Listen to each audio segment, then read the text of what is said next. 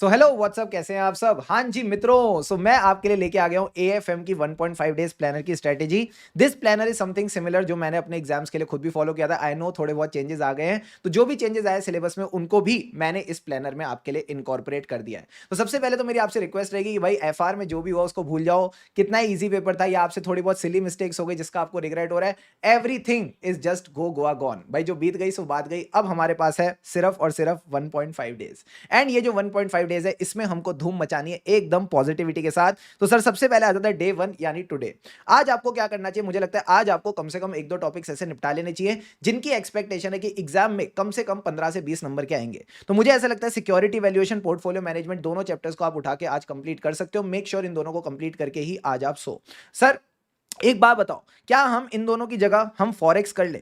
इन दोनों की जगह हम फॉरेक्स कर ले? हाँ, आप ये भी कर सकते हो कि अगर आप चाहो तो आज फॉरेक्स कर लो और फॉरेक्स करके फिर रात को सो जाओगे, तो कल फिर आप जो फॉरेक्स वाला टाइम है उसमें आप ये सिक्योरिटी वैल्यूएशन, पोर्टफोलियो मैनेजमेंट भी कर सकते हो। This is a very flexible planner. I just want कि आपके हाथ में एक प्लानर रहे ताकि आप एकदम सिंक में चलते रहो और आपका जो 1.5 डेज है प्रॉपर्ली यूटिलाइज हो जाए। ठीक है सर, सोचने समझने में ज्यादा टाइम नहीं जाना चाहिए, हाथ चलते रहने चाहिए, बिकॉज हाथ चलते रहेंगे तो eight the end of the day 1.5 days आपका फ्रूटफुली यूटिलाइज हो जाएगा। तो सबसे पहले मेरी रिक्वेस्ट है सिक्योरिटी वैल्यूएशन, पोर्टफोलियो मैनेजमेंट कर लो। इससे आपका क्या होगा, आप एक बार फाइनेंस के जोन में चले जाओगे। कहीं ना कहीं थोड़े इजियर टॉपिक्स रहते हैं, फॉर्मूला बेस्ड रहते हैं, तो फिर एसएफएम की जो दुनिया है, एएफएम की जो दुनिया है, उसमें आपको एंटर करने में आसानी रहेगी। इसके बाद सर जो डे 2 है आप उसको शुरुआत कर सकते हो सुबह 7 बजे के करीब। आप लगभग रात को 6 से 7 घंटे की नींद ले लेना। देन सुबह सर आप स्टार्ट कर सकते हो डेरिवेटिव्स के साथ।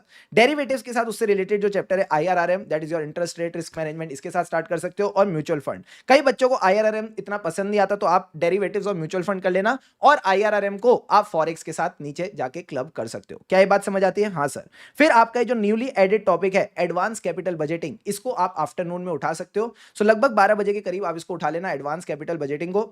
ये आपका 12 से 4 बजे तक चलेगा। बीच में आप चाहो तो 15 मिनट से लेके 30 मिनट्स का एक लंच ब्रेक ले सकते हो। Then you can continue with forex. इसके लिए मैंने आपको अराउंड 4 आवर्स दिए, which I feel is more than enough. जो भी आपने क्वेश्चंस को मार्क कर रखा है उन्हीं पे फोकस करना, और अगर आपको लग रहा हो कि सर बाकी क्वेश्चन वो आपसे हो जाएंगे, जिनको आपने मार्क नहीं किया वो उनको इसीलिए मार्क नहीं किया क्योंकि आपको कहीं ना कहीं लग रहा था मेरे से हो जाएंगे, वो कॉन्सेप्चुअल थे। जो भी आपने ट्रिकी क्वेश्चंस मार्क कर रखे हैं, जस्ट आपने उन पे फोकस करके चलना है। मेरी आपसे रिक्वेस्ट रहेगी, जो 1.5 डेज है, जो भी क्वेश्चंस आपने मार्क कर रखे हैं, जितना हो सके लिख के प्रैक्टिस करना, बिकॉज उससे आपकी स्पीड बनेगी, उससे आपकी एक्यूरेसी आएगी। एंड आपने आज का एफआर पेपर देके ये देख लिया होगा कि स्पीड और एक्यूरेसी दोनों बहुत ही इंपॉर्टेंट होते हैं एग्जाम में अच्छे नंबर स्कोर करने के लिए।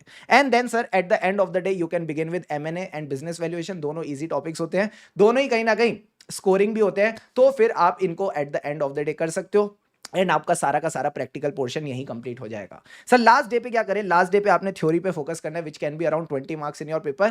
थ्योरी में भी मैंने आपको इजी टू टफ की कैटेगरी में सबको अरेंज करके दे दिया। सबसे पहले आप स्टार्टअप फाइनेंस पे फोकस करो, देन सिक्योरिटाइजेशन जो फिर आपका चैप्टर 1 है फाइनेंशियल पॉलिसी करके, उस पर फोकस करना है। देन रिस्क मैनेजमेंट और सिक्योरिटी एनालिसिस। सिक्योरिटी एनालिसिस में और रिस्क मैनेजमेंट में सर कुछ प्रैक्टिकल्स आते हैं, जैसे रिस्क मैनेजमेंट में वो वार का प्रैक्टिकल आता है, वैल्यू एट रिस्क, ठीक है। उसके बाद सिक्योरिटी एनालिसिस में भी आपके कुछ प्रैक्टिकल्स आते हैं, उन पे आपने फोकस करके चलना है। तो ये एक मैंने आपको छोटा सा प्लानर देने की कोशिश करी ताकि आपके मन में एक सिस्टमेटिक समझ आ जाए कि कैसे कैसे आपने किन किन टॉपिक्स को करके चलना है, एंड आप अपना 1.5 डेज प्रोडक्टिवली यूटिलाइज कर पाओ। मैं आपको बताता हूं, मेरे टाइम पे एएफएम का जो पेपर था it was one of the toughest, and इसको डील करने का मेरा एक ही तरीका था सर, क्या? हमेशा हमें ये सोचना है कि पेपर में हमें 100 में से 100 नहीं लाने, हमें पेपर में पास होने के लिए सिर्फ 40s और 50s चाहिए। तो मेक श्योर अभी आप जब 1.5 डेज में पढ़ रहे हो तो आप भी इसी कूल एंड काम एनर्जी के साथ पढ़ो कि मुझे पास होने के लिए सिर्फ 40s और 50s चाहिए, एंड अगर मैं सारे टॉपिक्स को एकदम इफेक्टिवली गो थ्रू कर लूंगा तो मेरा पास होना पक्का है, और ईश्वर की कृपा रही तो एग्जामिशन भी आ जाएगी। So make sure you are giving your best in these 1.5 days, because 1.5 days में अगर मजे से कर लिया तो फिर पेपर भी एकदम झकास जाएगा। So wish you the best, लगे रहो, और हाँ अगर चाहो तो आप कमेंट सेक्शन में कमिटमेंट कर सकते हो, I will give my best in the next 1.5 days, and trust me all will go really really well. All the best, लगे रहो।